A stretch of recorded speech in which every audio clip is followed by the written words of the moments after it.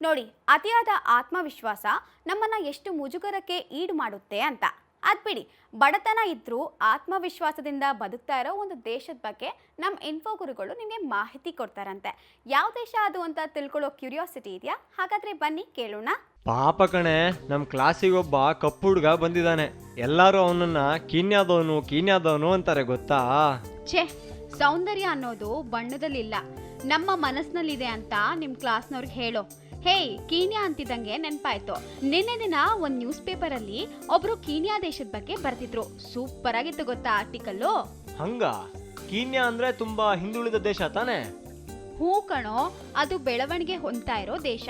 ಬಡತನ ಇರೋ ಹಾಗೆ ಸಿರಿವಂತಿಕೆ ಕೂಡ ಇದೆ. ಒಂದು ಬೇಸರದ ಸಂಗತಿ ಅಂದ್ರೆ ಅಲ್ಲಿರುವ ಜನಸಂಖ್ಯೆಯ ಅರ್ಧದಷ್ಟು ಜನ ಬಡವರು ಅನ್ನೋದು. ಹಿಂಗ? ಹೌದು, ಅಲ್ಲಿನ ಜನಸಂಖ್ಯೆ ಎಷ್ಟು?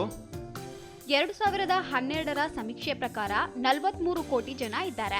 ಹಾಗೆ ಕೀನ್ಯಾ ದೇಶ ಸಾಕಷ್ಟು ವಿಭಿನ್ನತೆಯಿಂದಲೇ ಜಗತ್ತಲ್ಲಿ ತನ್ನನ್ನ ತಾನು ಗುರುತಿಸಿಕೊಂಡಿದೆ. ಯಾವೆಲ್ಲ ವೈಶಿಷ್ಟ್ಯಗಳನ್ನ ನಾವಲ್ಲಿ ಕಾಣಬಹುದು? ಅಲ್ಲಿ ಬುಡಕಟ್ಟು ಜನಾಂಗದವರ ವಸ್ತ್ರ ತುಂಬಾನೇ ವಿಶೇಷ ಅನಿಸುತ್ತೆ.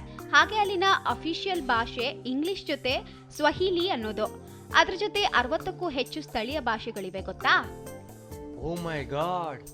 ಕೀನ್ಯಾ ದೇಶದ ರಾಜಧಾನಿ ಯಾವುದು? ನೈರೋಬಿ ಅನ್ನೋ ನಗರ ಕೀನ್ಯಾದ ರಾಜಧಾನಿ. ಹಾಗೆ ಮೊಂಬಸಾ ಅನ್ನೋದು ಅಲ್ಲಿನ ಪ್ರಮುಖ ನಗರ.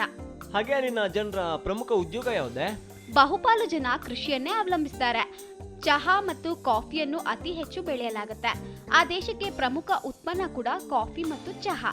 ಹಾಗೆ ಭಾರಿ ಪ್ರಮಾಣದಲ್ಲಿ ಹೂವಿನ ಕೃಷಿಯನ್ನು ಮಾಡ್ತಾರೆ. ಹಾಗಾದ್ರೆ ಕೀನ್ಯಾ ಮಂದಿ ಹೂವಿನ ಮನಸ್ಸಿನವರು ಅನ್ಬಹುದು. You can say that. ಹಾಗೆ ಅಲ್ಲಿಗೆ ಪ್ರವಾಸೋದ್ಯಮ ಕೂಡ ಸಾಕಷ್ಟು ಆದಾಯವನ್ನ ತಂದುಕೊಡುತ್ತೆ. ಪ್ರವಾಸೋದ್ಯಮನ ನೋಡಕ್ಕಂಥದ್ದು ಏನಿದೆ ಅಂತ? ಅಯ್ಯೋ, ಕೀನ್ಯಾ ದೇಶ ಅಂದ್ರೆ ವನ್ಯ ಪ್ರಾಣಿಗಳ ಬೀಡು ಅಂತಾನೆ ಹೇಳ್ಬೋದು ಕಣೋ.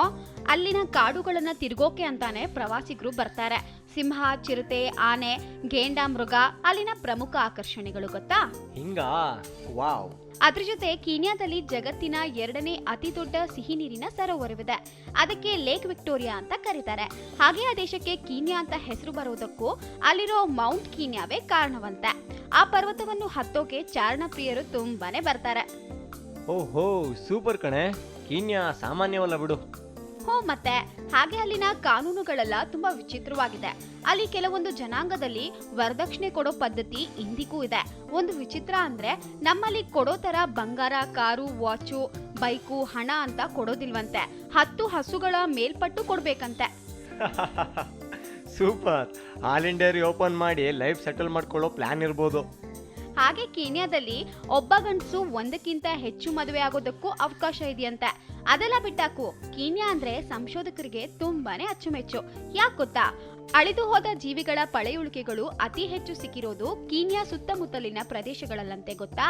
ಹಾಗಾದ್ರೆ ಕೀನ್ಯಾದಲ್ಲಿ ಒಂದು ದುರ್ಬಿನ್ ಹಿಡ್ಕೊಂಡೇ ಓಡಾಡೋದು ಬೆಸ್ಟ್.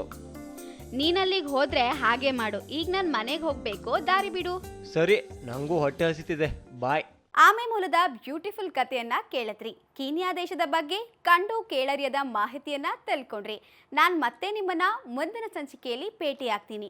ಕತೆ ಮತ್ತು ಮಾಹಿತಿ ಜೊತೆ ಬರ್ತೀನಿ. ಅಲ್ಲಿವರೆಗೂ ನೋಡ್ತಾ ಇರಿ ಸರಳ ಜೀವನ. ಇದು ಮನುಕುಲದ ಒಳಿತಿಗಾಗಿ.